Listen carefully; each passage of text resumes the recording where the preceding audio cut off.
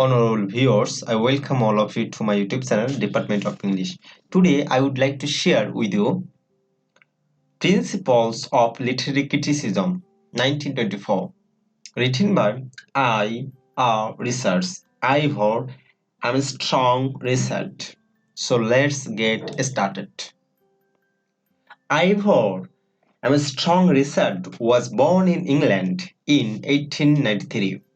He was a professor of Cambridge in literature. Principles of Literary Criticism is his famous creation. It was published in 1924.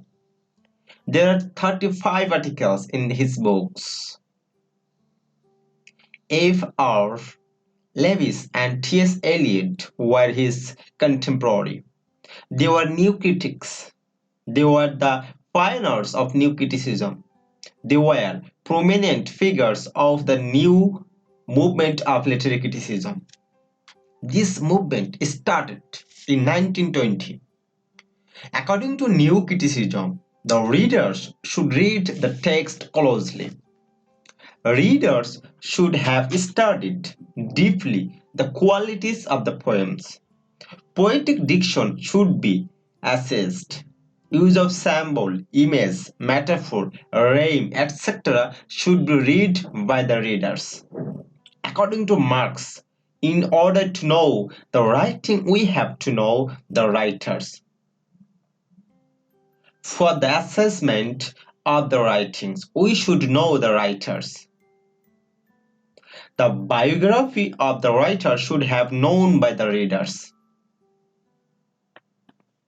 According to new criticism, the writer's name should have veiled and then the reader should be given to judge the writings of a writer. If a man knows the name of the writer, he will not be able to judge his writings. To new criticism, meaning of the writings exist in the text. Through reading text, one can get the main idea of the writings and their writings. We see two famous literary slogans in the history of English literature. Number one, art for art's sake, and number two, art for life's sake. Research has tried to show the middle path between the two slogans. To him, both slogans are partial, not universal. Both are incomplete. The writers of both groups are conservative. They are blind in the favor of their opinion. Both sides give a particular knowledge. They are not universal. I.A.Richards finds out the weak points of both sides. To him, the first slogan is the source of entertainment only. It does not discuss life. The mission of art is to develop the art. While artists things like mastery, relationship between man and nature, supernatural things are included in first slogan. Shelley's The Shylock and Coleridge's The Rime of the Ancient Mariner are the writings of arts for art chic. Actually, the first slogan indicates the abstract things. Second slogan indicates the life. Art is for life.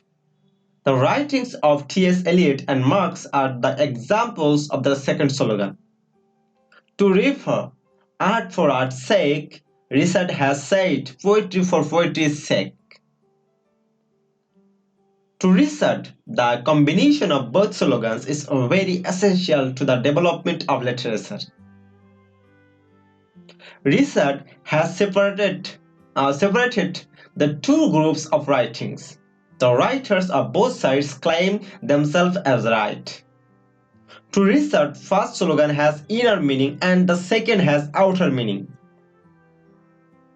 Richard says that poetry should be judged by the function of the society. The poetry should be composed about the life of deprived or deprived. A good poem cannot neglect the betterment of the society. The poetry should be the reflection of the society. Universal appeal should have in the poetry. Here, research opinion goes in the favor of art for life's sake.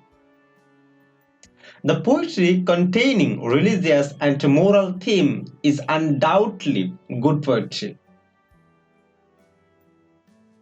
Actually, here we see the similarity between Richard and T.S. Eliot. The poetry encourages pleasure.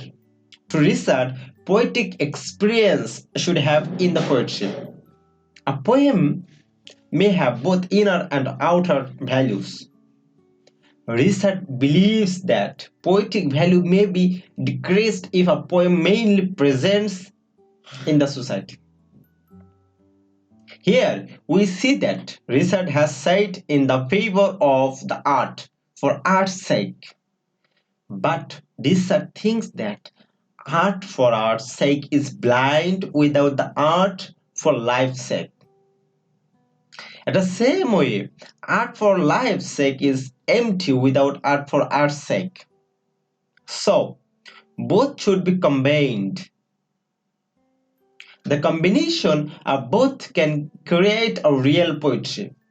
A real poetry should have both artistic and life value.